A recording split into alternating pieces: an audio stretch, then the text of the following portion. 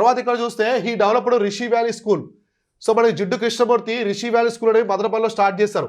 మొత్తం 370 ఎకరాల్లో. సో 370 ఎకరాల్లో ఈయన ఒక తీసుకొచ్చాడు ఋషి వ్యాలీ, ఋషి లోయ. సో ఋషి లోయ అంటారు, ఋషి వ్యాలీ స్కూల్స్ అంటారు, ఋషి లోయ పాఠశాలలు లేదా ఋషి వ్యాలీ పాఠశాలలు, ఋషి వ్యాలీ పాఠశాలలు స్కూల్స్ తీసుకొస్తారు. ఇలా మొత్తం ఎక్కడంటే మదనపల్లి. సో ఈయన ఒక స్వస్థలంలోనే మదనపల్లి ప్రాంతం, ఎందుకంటే అడ్మినిస్ట్రేటర్ గారు కూడా అప్పుడు అక్కడే స్టార్ట్ చేస్తారు కాలేజు. కాబట్టి మదనపల్లిలో ఈయన 370 ఎకరాల్లో రిషి వ్యాలీ స్కూల్స్ అని చెప్పేసి తీసుకొస్తారు. ఇప్పటికి కూడా ఉన్నాయి ఇవి. సో మదనపల్లిలో అడ్మినిస్ట్రేటర్ పెట్టినటువంటి కాలేజ్ ఇప్పటికి ఉంది, ఇప్పటికి ఆ కాలేజ్ ఉంది. అలానే ఈయన తీసుకొచ్చిన రిషి వ్యాలీ స్కూల్స్ ఇప్పటికి ఉన్నాయి. ఎక్కడున్నాయి అవన్నీ కూడా మదనపల్లి ప్రాంతంలో ఉంటాయి. సో ఇలా మదనపల్లిని చాలా డెవలప్ చేశారు. ఈయన ఒక ప్రైమ్ సెంటర్, ప్రధాన కేంద్రం. ఈయన యొక్క ప్రధాన కేంద్రం ఎక్కడి నుంచి మొత్తం అన్ని వ్యవహారాలు చేసేవాడు. ప్రధాన కేంద్రం. సో ప్రధాన కేంద్రం వచ్చేసి వసంత విహార్. సో వసంత విహార్, సో వసంత విహార్ అనే ప్రాంతంలో ఇది ఎక్కడ ఉంటుందంటే మద్రాసులో ఉంటుంది. మద్రాసులో ఉన్నటువంటి ఢిల్లీలో ఉండే వసంత విహార్ కాదు, మద్రాసులో ఉండే వసంత విహార్ అనేది ఈయన ఒక ప్రధాన కేంద్రం అనమాట. అక్కడి నుంచి ఈయన పనులన్నీ కూడా జరిగేవి. ఈయన చేసే ప్రతి ఒక్క వర్క్ కూడా అక్కడి నుంచి జరిగేది అనమాట. కాబట్టి జిడ్డు కృష్ణమూర్తి యొక్క ప్రధాన కేంద్రం ఎక్కడంటే Vasanta Vihar. It was located in the Madras అనమాట. So established Rishi Valley schools in Madanapalle in 370 acres. అంటే 370 ఎకరాల్లో మదనపల్లిలో రిషి వ్యాలీ స్కూల్స్ అనేది తీసుకొచ్చారు. ఎవరు? జిడ్డు కృష్ణమూర్తి ఎస్టాబ్లిష్ చేస్తారు. అయితే మదనపల్లిలో కాలేజు, థియోసాఫికల్ కాలేజ్ ఎస్టాబ్లిష్ చేసేది ఎవరంటే అడ్మినిస్ట్రేటర్ అనమాట. ఆయన యొక్క తల్లి. సో దత్త తీసుకున్నటువంటి తల్లి. కాబట్టి అడ్మినిస్ట్రేటర్ యొక్క దత్తపుత్రులు ఎవరంటే జిడ్డు కృష్ణమూర్తి. చాలా ఫేమస్ పోయిట్ మన తెలుగు నుంచి అంతర్జాతీయ స్థాయిలో. ఇంతవరకు అర్థమైంది కదా. సో ఇలా హోమ్ రూల్ మూవ్మెంట్ అనమాట. సో అడ్మినిస్ట్రేటర్ తీసుకొచ్చిన హోమ్ రూల్ మూవ్మెంట్ అనేది ఈ విధంగా పెద్ద మొత్తంలో దేశమంతా కూడా వ్యాప్తి చెందుతుంది. ఓకేనా. సో నెక్స్ట్ ఇదే టైంలో మనకి హోమ్ రూల్ మూవ్మెంట్ వచ్చే టైంలోనే మాంటేగు ప్రకటన వస్తుంది. మాంటేగు. సో మాంటేగు వచ్చేసి మనకి వైస్రాయ్ అనమాట. ఈయన ఒక ప్రకటన తీసుకొస్తాడు, ఒక ప్రకటన. సో మాంటేగు వచ్చేసి ఒక ప్రకటన తీసుకొస్తాడు. ఏంటి? 1917లో 1917. ఎందుకంటే మనకి పెద్ద మొత్తంలో ఉద్యమాలు జరుగుతున్నాయి. ఒక పక్క తెలక తీసుకొచ్చారు హోమ్ రూల్ మూవ్మెంట్, ఇంకో పక్క అడ్మినిస్ట్రేటర్ తీసుకొచ్చారు. ఆంధ్ర ప్రాంతం దేశమంతా కూడా ఈ యొక్క హోమ్ రూల్ ఉద్యమాలు జరుగుతూ ఉన్నాయి. ఎలాగైనా వీటిని చల్లార్చాలి. సో బ్రిటిష్ వాళ్ళకి వ్యతిరేకంగా ఉద్యమాలు జరుగుతూ ఉన్నాయి. వాటిని చల్లార్చాలి. వాటిని చల్లార్చాలంటే ఖచ్చితంగా ఏదో ఒక బెనిఫిట్ ఇవ్వాలి. సో భారతీయులకి ఏదో ఒక ఆదాయదాయకంగా ఉండే మార్గం చూపిస్తేనే ఆ ఉద్యమాలు చల్లారుతాయి. సో కాబట్టి వీళ్ళు ఏం చేస్తారంటే మాంటేగు ప్రకటన చేస్తాడు. సో మాంటేగు చేసే ప్రకటన ఏంటంటే మీకు తెలుసు కదా, వీళ్ళు కొన్ని మాంటేగు మార్లే మనకి ఉంటాయన్నమాట. మాంటేగు చెమ్స్ఫర్డ్ తీసుకొస్తారు. సో ఈ మాంటేగు ఎవరంటే సెక్రటరీ ఆఫ్ స్టేట్ అనమాట. సెక్రటరీ, మన ఇండియాకి సంబంధించిన సెక్రటరీ. చెమ్స్ఫర్డ్ వచ్చేసి వైస్రాయ్. మాంటేగు వచ్చేసి సెక్రటరీ అనమాట. ఇలా సెక్రటరీ వైస్రాయ్ కలిసి ఒక డిక్లరేషన్ తీసుకొస్తారు. దాన్నే మాంటేగు చెమ్స్ఫర్డ్ రిఫార్మ్స్ అంటారు. మాంటేగు చెమ్స్ఫర్డ్ సంస్కరణలు అంటారు. సో దీని ద్వారా భారతీయులకి చాలా బెనిఫిట్స్ ఇస్తారు. అవన్నీ తర్వాత చూద్దాము. అయితే మొట్టమొదటిసారి మాంటేగు ఒక ప్రకటన తీసుకొస్తాడు. భారతీయులకు మేము ఇవి ఇస్తున్నాము, మీరు ఉద్యమం ఆపేయండి అని చెప్పి చెప్తాడు అనమాట. సో అటువంటి టైంలో ఆంధ్రాలో ఏం జరిగింది? సో ఆంధ్రాలో ఏం జరిగిందంటే, so conducted the Andhra Mahasabha in Vijayawada to discuss on this. So అంటే ఈ మాంటేగు ప్రకటన గురించి ఎలాగైనా మనం డిస్కస్ చేయాలి. అంటే మనం మొత్తం కూడా డిస్కస్ చేయాలని చెప్పేసి విజయవాడలో ఒక ఆంధ్ర మహాసభ పెడతారు. ఆంధ్ర మహాసభ. సో మీకు తెలుసు కదా, ఆంధ్ర మహాసభ అనేది జరుగుతాయి, చాలా జరుగుతాయి. ఈ ఆంధ్ర మహాసభ అనేది ఎక్కడ జరుగుతుందంటే విజయవాడలో జరుగుతుంది.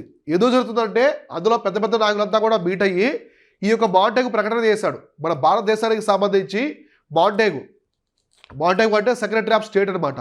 సెక్రటరీ ఒక ప్రకటన చేశాడు. దాని గురించి మనం ఆలోచించుకొని డిస్కస్ చేసుకుందాం. దాన్ని మనం వెల్కమ్ చేయాలా, లేకుంటే రిజెక్ట్ చేయాలా, వ్యతిరేకించాలా, లేకుంటే మనం ఆమోదించాలని చెప్పేసి, మనం ఒక ఆమోదానికి రావాలని చెప్పేసి ఈ యొక్క విజయవాడలో ఒక ఆంధ్ర మహాసభ పెడతారు. ఈ ఆంధ్ర మహాసభకి మన ఆంధ్రలో ఉన్న మొత్తం పెద్ద పెద్ద నాయకులు మొత్తం కూడా హాజరవుతారు. సో చూద్దాం. సో దీన్ని ఆర్గనైజ్ చేసింది నిర్వాహకుడు అనమాట. నిర్వాహకులు. సో ఎవరు ఆర్గనైజ్ చేశారు ఈ ఆంధ్ర మహాసభని? ఎవరు ఆర్గనైజ్ చేశారంటే అయ్యదేవర కాళేశ్వరరావు. సో ఎక్కడ జరిగిందంటే విజయవాడలో 1917లో. సో ఎవరు ఆర్గనైజ్ చేశారు? నిర్వాహకులు ఎవరంటే అయ్యదేవర కాళేశ్వరరావు. సో అయ్యదేవర కాళేశ్వరరావు ఆర్గనైజ్ చేస్తారు. అలా ప్రెసిడెంట్ అధ్యక్షుడు ఎవరున్నారంటే సివిఎస్ నరసింహరాజు. కాబట్టి ఆంధ్ర మహాసభ ఎక్కడ జరిగిందంటే 1917లో విజయవాడలో జరుగుతుంది. సో విజయవాడలో జరిగింది. సో విజయవాడలో జరిగిన ఆంధ్ర మహాసభకి ఎవరు నిర్వహించారు? నిర్వాహకులు ఎవరంటే అయ్యదేవర కాళేశ్వరరావు. ఎవరు దానికి ప్రెసిడెంట్గా ఉన్నారంటే సివిఎస్ నరసింహరాజు అనమాట. అయితే ఇక్కడ న్యాపతి సుబ్బారావు గారు అని చెప్పేసి ఒక ఫేమస్ లాయర్ ఉంటారు. మనం ఇంతకుముందు చూసాము చూడండి. స్వదేశీ ఉద్యమం అప్పుడు ఈయన లాయర్గా పోరాడారు. మన భారతీయుల తరపున ఆంధ్ర వాళ్ళ తరపున లాయర్గా పోరాడారు న్యాయస్థానంలో. న్యాపతి సుబ్బారావు గారు మొట్టమొదటిసారి మనకి ప్రత్యేక ఆంధ్ర స్టేట్ కావాలని చెప్పేసి ఇక్కడ చెప్తారు. ప్రత్యేక ఆంధ్ర రాష్ట్రం కావాలి, మనకి మద్రాసుతో సంబంధం లేదు, మనం తెలుగు మాట్లాడే వాళ్ళ కోసం ప్రత్యేక ఆంధ్ర రాష్ట్రం డిమాండ్ తీసుకొస్తారు. సో కాబట్టి ప్రత్యేక ఆంధ్ర రాష్ట్రం డిమాండ్ అనేది విజయవాడ మహాసభలో వస్తుంది. మొట్టమొదటిసారి విజయవాడ మహాసభలో వీళ్ళు డిస్కస్ చేస్తారనమాట. తర్వాత వీళ్ళు ఏం చేస్తారంటే ఒక కమిటీ తీసుకొస్తారు. ఒక కమిటీ తీసుకొచ్చి ఈ కమిటీ ద్వారా మాంటేగుతో డిస్కస్ చేయాలి. మాంటేగుతో డిస్కస్ చేసి ఆ ప్రకటన మనకి అవసరమా లేదని చెప్పేసి వీళ్ళు డిసైడ్ చేసుకుంటారు అనమాట. కాబట్టి వీళ్ళు ఏం చేస్తారంటే ఒక కమిటీ తీసుకొస్తారు, selected committee. So select committee అని చెప్పేసి సోదా తీసుకొస్తారు. ఈ సెలెక్ట్ కమిటీలో మొత్తం 21 సభ్యులు ఉంటారు. సో ఎవరు బడవాళ్ళే, ఎవరు ఆంధ్రుడు. సో వీళ్ళు మాంటేగుని మీట్ అవుతారు. సో మాంటేగుని మీట్ అయ్యి మీరు ఎటువంటి బెనిఫిట్స్ తీసుకొస్తున్నారు, ఈ మాంటేగు ప్రకటన చేస్తారు కదా మీరు, ఆ సెక్రటరీ మాంటేగు అంటే ఆయన ఎటువంటి తీసుకొస్తున్నారు, ఎటువంటి ప్రతిపాదనలు, కీ హైలైట్స్ ఏమున్నాయి, కీ ప్రొవైడర్స్ ఏమైనా తెలుసుకుంటారు అనమాట. వీళ్ళంతా కూడా ఒక సెలెక్ట్ కమిటీని మన వాళ్ళు ఏర్పాటు చేస్తారు ఆంధ్రులు. కాబట్టి ఇక్కడ మనం గమనిస్తే home rule movement, administrative home rule movement జరిగే సమయంలోనే ఈ మాంటేగు ప్రకటన వస్తుంది. మాంటేగు ప్రకటన గురించి వీళ్ళంతా కూడా డిస్కస్ చేసుకునే దాని గురించి వివరించుకునే దానికి ఒక సభ పెడతారు, ఆంధ్ర మహాసభ. అదే విజయవాడలో 1917లో పెడతారు. సో దాన్ని నిర్వహించింది ఎవరంటే అయ్యదేవర కాళేశ్వరరావు, ప్రెసిడెంట్ ఎవరంటే సివిఎస్ నరసింహరాజు. సో వీళ్ళంతా కూడా మీట్ అయ్యి మాంటేగుని డిస్కస్ చేసుకొని ఒక కమిటీ ఏర్పరుస్తారు. ఆ కమిటీలో మొత్తం 21 మంది సభ్యులు ఉంటారు. ఈ కమిటీ ఏం చేస్తుందంటే మాంటేగుని మీట్ అవుతుంది. సో మాంటేగుని మీట్ అవుతుంది, అర్థమైందా? సో మాంటేగుని మీట్ అయ్యి వాళ్ళు చేస్తారనమాట. అయితే చూద్దాం, మాంటేగు రీఫార్మ్స్ వచ్చాయి మన భారతదేశానికి. మాంటేగు ప్రకటన చేశాడు. ఎప్పుడు చేశాడు? 1917లో 1917వ సంవత్సరంలో జస్ట్ ప్రకటన చేశారు. మాంటేగు ప్రకటన చేశారు, అనౌన్స్మెంట్. కానీ 1919కి వీళ్ళు తీసుకొచ్చారు, ఇంప్లిమెంట్ చేశారు. అర్థమైందా? 2 ఇయర్స్కి. కాబట్టి ఇప్పుడు మన భారతదేశానికి మాంటేగు చెమ్స్ఫర్డ్ రీఫార్మ్స్ వచ్చాయి. మాంటేగు చెమ్స్ఫర్డ్ సంస్కరణలు ఇప్పుడు వచ్చాయి, 1919లో వచ్చాయి. సో 1919లో వచ్చినటువంటి ఈ మాంటేగు చెమ్స్ఫర్డ్ రీఫార్మ్స్ అనేవి వస్తాయి. ఆల్మోస్ట్ వీళ్ళు ఇంప్లిమెంట్ అయింది జూలై 1919 అనమాట. సో మీకు 1919 జూలై 1919లో ఈ యొక్క మాంటేగు చెమ్స్ఫర్డ్ రీఫార్మ్స్ అనేది తీసుకొస్తారు. తీసుకొచ్చిన తర్వాత ఇదేం చేస్తారంటే అసలు ఏంటంటే ఇది మొట్టమొదటిసారి మనకి డయార్కీ అనమాట, ద్వంద్వ పాలన తీసుకొస్తుంది. ద్వంద్వ పాలన అనేది మన భారతదేశం తీసుకొస్తుంది. అంటే ఏం చేస్తారంటే ఒకటి జారీ చేయబడిన అంశాలు, ఇంకోటి వచ్చేసి మనకి రిజర్వ్డ్ అంశాలు. జారీ చేయబడిన అంశాలు ట్రాన్స్ఫర్డ్ సబ్జెక్ట్స్ అంటారు. ఇంకోటి రిజర్వ్ చేయబడిన అంశాలు, రిజర్వ్ చేయబడిన అంశాలు. అంటే జారీ చేయబడిన అంశాలన్నీ కూడా ఎవరి చేతుల్లో ఉంటాయంటే ఇండియన్, మన భారతదేశం నుంచి ఎన్నుకోబడినటువంటి వ్యక్తులు అన్నమాట. భారతదేశం నుంచి భారత అధికారులు. భారత అధికారులు అనుకోండి. భారతదేశం నుంచి ఎవరైతే ఎన్నుకుంటారో వాళ్ళ చేతుల్లో ఉంటాయి. సో ఇందులో మనకి ఏముంటాయంటే ఎడ్యుకేషను, వైద్యము, వ్యవసాయం ఇట్లాంటివి ఉంటాయి. దేంట్లో జారీ చేయబడిన అంశాలు ట్రాన్స్ఫర్ చేస్తారు. కొన్ని అంశాలని ఆ గవర్నర్ జనరల్ కౌన్సిల్ నుంచి వీళ్ళు ట్రాన్స్ఫర్ చేస్తారనమాట. కాబట్టి ఈ మాంటేగు చెమ్స్ఫర్డ్ రీఫార్మ్స్లో వచ్చిన ప్రధానమైనటువంటి అంశం ఏంటంటే ద్వంద్వ పాలన, అంటే డయార్కీని తీసుకొస్తారు వీళ్ళు. ఇంట్రడ్యూస్ డయార్కీ, ద్వంద్వ పాలన. ఇందులో రిజర్వ్డ్ సబ్జెక్ట్స్, ట్రాన్స్ఫర్డ్ సబ్జెక్ట్ తీసుకొస్తారు. ట్రాన్స్ఫర్డ్ సబ్జెక్ట్స్లో విద్య, వైద్యము, ఎడ్యుకేషను, ఆరోగ్యము, హెల్త్, ఇంకా మనకి అగ్రికల్చర్ ఇట్లాంటివి ఉంటాయి. అవన్నీ కూడా భారత అధికారులు, అంటే భారతదేశం నుంచి ఎన్నుకోబడి ఉంటారు కదా సభ్యులు, వాళ్ళ చేతుల్లో ఉంటాయన్నమాట. వాళ్ళకి ఆ రైట్స్ ఉంటాయి. కానీ రిజర్వ్డ్ అంశాలు అనమాట. సో దీనికి మాత్రం వైస్రాయ్ హెడ్గా ఉంటాడు, వైస్రాయ్ మాత్రం హెడ్గా ఉంటాడు, గవర్నర్ జనరల్. ఇందులో మనకి రక్షణ, డిఫెన్సు, రక్షణ, ఆర్థిక రంగము, ఇంకా law and order, police, army, ఇవన్నీ ఉంటాయి. కాబట్టి బ్రిటిష్ వాళ్ళు గుంటనక్క చేష్టలు, వాళ్ళు ఏ పని చేసినా కూడా గుంటనక్క చేష్టలే ఉంటాయి. భారతీయులకి ఆదాయం లేకుండా చేస్తారు. ఇక్కడ ఏం చేశారు, కొన్ని అంశాలు భారతీయులకి ఇచ్చారు, అధికారంగా ఇచ్చారు. కానీ అందులో భారతీయులకి మంచి అంశాలు ఇవ్వలేదు. దేశానికి సంబంధించిన రక్షణకు సంబంధించి ఇవ్వలేదు, లా అండ్ ఆర్డర్కి సంబంధించి ఇవ్వలేదు. ఇంకా మనకి టెలికమ్యూనికేషన్స్ సమాచారం సంబంధించి ఇవ్వలేదు. ఇంకా చూసుకుంటే మనకి ఆర్థికం ఫైనాన్స్ కూడా భారతీయులకి అధికారం ఇవ్వలేదు, వాళ్ళ చేతుల్లో పెట్టుకుంటారు. దాంట్లో రిజర్వ్డ్ సబ్జెక్ట్స్ అంటారు. ఓన్లీ ట్రాన్స్ఫర్ సబ్జెక్ట్స్ మాత్రమే జారీ చేయబడిన అంశాలు, అంటే ఏదో మనకి పెద్ద అవసరమైన అంశాలు మాత్రమే మన భారతదేశ చేతుల్లో పెడతారు. సో దాంట్లో మాంటేగు చెమ్స్ఫోర్డ్ రిఫార్మ్స్ అని మనం పిలుస్తాం. ఇలా తీసుకొస్తారు. అర్థమైందా? మాంటేగు చెమ్స్ఫోర్డ్ రిఫార్మ్స్ ఎప్పుడు వచ్చాయి, దాంట్లో మెయిన్ అంశాలు ఏమున్నాయో. అయితే మన ఆంధ్ర వాళ్ళు మాత్రం దీన్ని రిజెక్ట్ చేస్తారు, వ్యతిరేకిస్తారు. సో ఎవరు ఆంధ్రాలో ఉన్నటువంటి కాంగ్రెస్ అనమాట వ్యతిరేకించడం. ఎవరు వ్యతిరేకించారంటే ఆంధ్ర కాంగ్రెస్ అనమాట. సో ఆంధ్రాలో ఉన్నటువంటి కాంగ్రెస్ అనమాట. ఆంధ్ర కాంగ్రెస్ మాత్రం దీన్ని వ్యతిరేకిస్తుంది. కంప్లీట్గా దీన్ని వ్యతిరేకించడం జరుగుతుంది. ఏది ఇండియన్ నేషనల్ కాంగ్రెస్, భారత జాతీయ కాంగ్రెస్ ఉంది కదా, దాంట్లో ఆంధ్ర శాఖ అంటే ఓవరాల్గా మొత్తం వ్యతిరేకిస్తారు కాబట్టి ఆంధ్ర శాఖ కూడా దీన్ని వ్యతిరేకిస్తారు అనమాట. అయితే ఇక్కడ మనకి 1919 August 17th. So 1919 August 17th రోజున 6వ ఆంధ్ర మహాసభ జరుగుతుంది.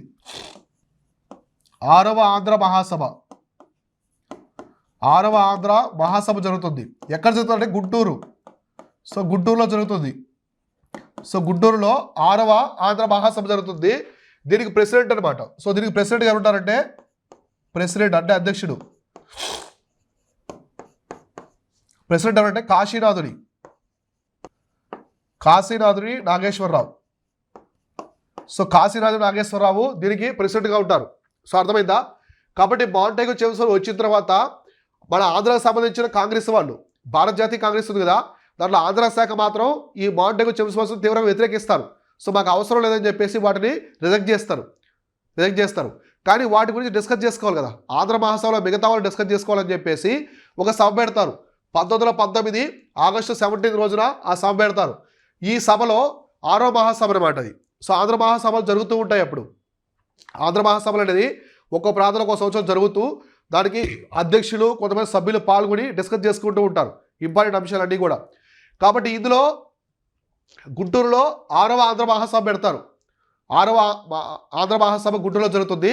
దానికి ప్రెసిడెంట్గా ఉంటారంటే కాశీనాథుని నాగేశ్వరరావు ఉంటారు. సో కాశీనాథుని నాగేశ్వరరావు దానికి ప్రెసిడెంట్గా ఉంటారు. ఇంతవరకు అర్థమైందా? సో కాబట్టి ఇలా ఈ యొక్క మాంటేగు చెమ్స్ఫోర్డ్స్ అనమాట, మాంటేగు చెమ్స్ఫోర్డ్ రిఫార్మ్స్ గురించి వీళ్ళు డిస్కస్ చేసుకుని సో ఓవరాల్గా కొంతమంది అయితే యాక్సెప్ట్ చేస్తారు. కానీ దీన్ని రిజెక్ట్ చేస్తుంది ఎవరంటే కాంగ్రెస్ అనమాట.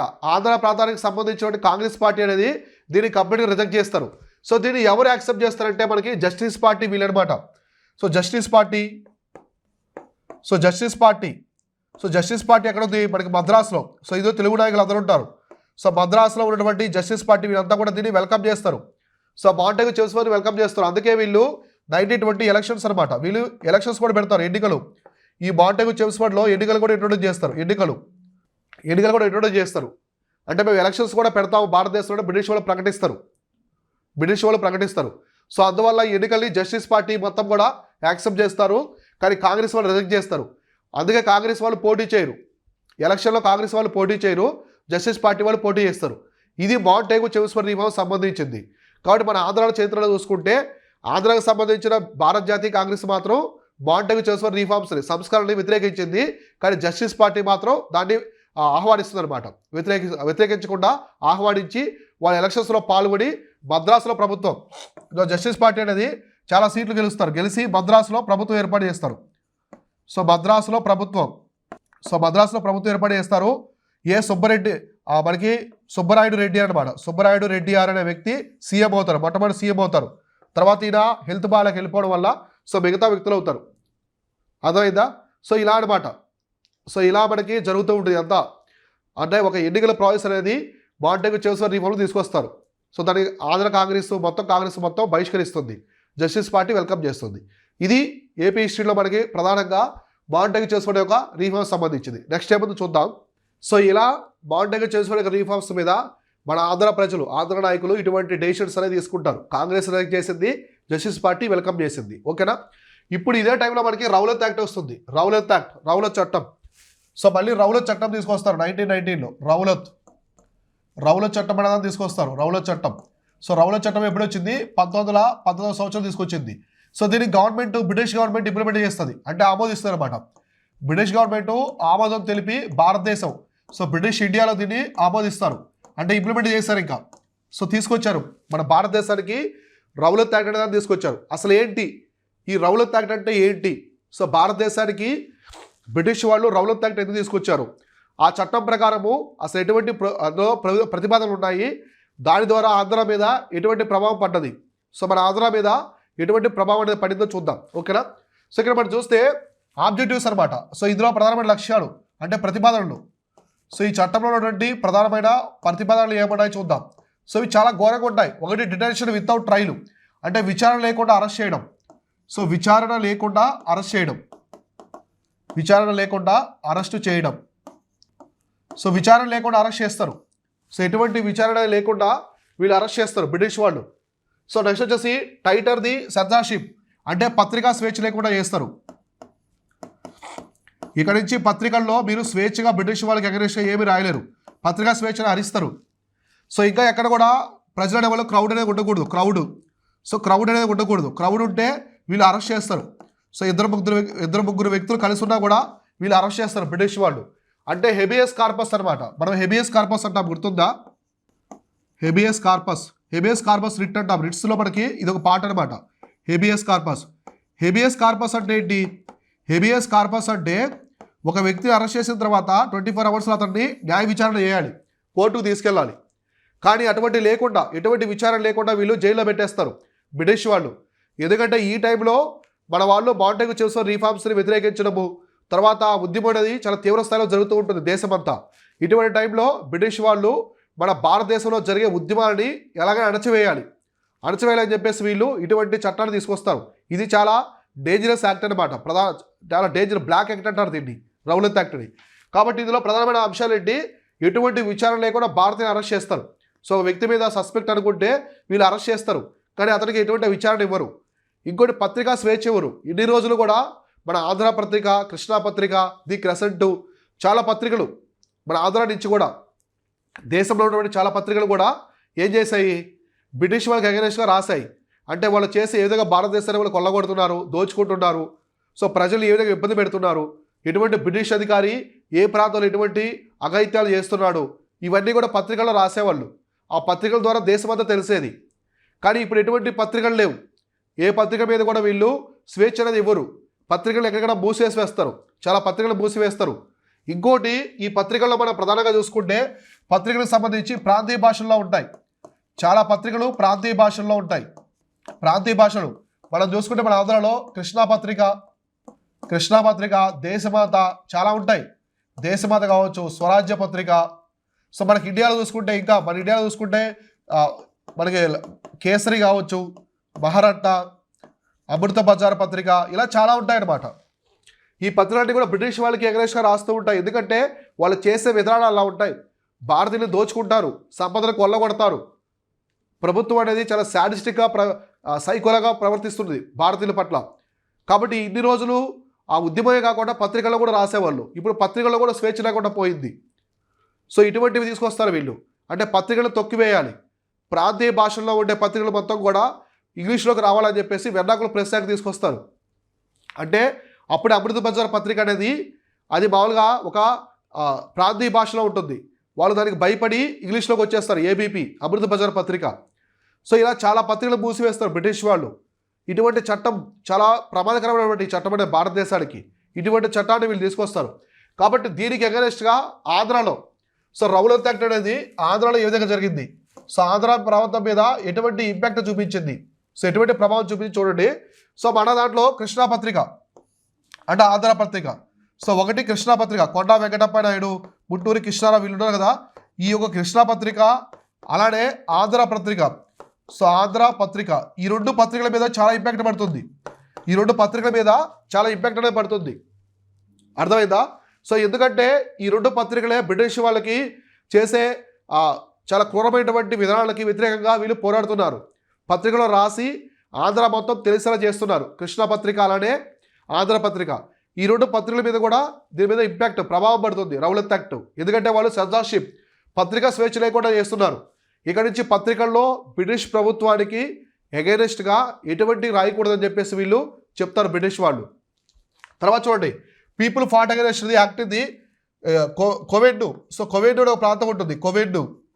సో కోవెండు అని చెప్పేసి ఈ ప్రాంతం ఎక్కడ ఉంటుంది, కోవెండు అనేది విజయవాడ దగ్గర ఉంటుంది. సో విజయవాడ దగ్గర కోవేనూరు ప్రాంతం ఉంటుంది. ఈ కోవేనూరు ప్రాంతంలో పెద్ద మొత్తంలో ఉద్యమం తీసుకొస్తారు ప్రజలు. సో ప్రజలందరూ కూడా రోడ్డు మీదకి వచ్చి ఒక పెద్ద ఉద్యమం తీసుకొస్తారు. ఎక్కడంటే కోవేనూరు నియర్ విజయవాడ. సో ఆంధ్రలోని విజయవాడ ప్రాంతంలో ఉన్నటువంటి కోవేనూరు ప్రాంతంలో చాలా పెద్ద మొత్తంలో ప్రజలంతా కూడా రోడ్డు మీదకి వస్తారు.